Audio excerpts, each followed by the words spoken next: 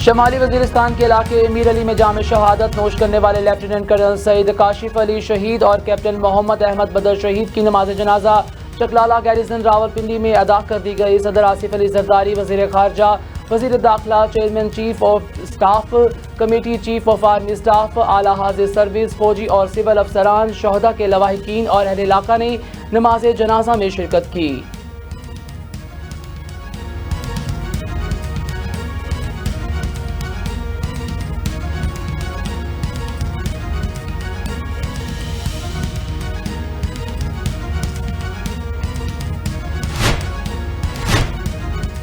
पाक फौज ने ईमान, इत्तेहाद और नज़्म-ओ-ज़ब्त के नज़रियात को मुसलसल बरकरार रखा है। इन पायदार रसूलों की रहनुमाई में पाक फौज ने हमेशा दहशतगर्दी के खिलाफ अपनी अंतक जंग में पेशावराना महारत और वफादारी के आला मयारात तक कायम करने की कोशिश की है। आसिफ अली जरदारी ने कहा कि यह अजीम कुर्बानी हमारे बहादुर बेटों के गैर मुतज़लज़ल अज़म की एक और शानदार शहादत के तौर पर खड़ी है, जिन्होंने अपनी मादरे वतन के दिफा के लिए हतमी कुर्बानी देने से कभी दरेक नहीं किया।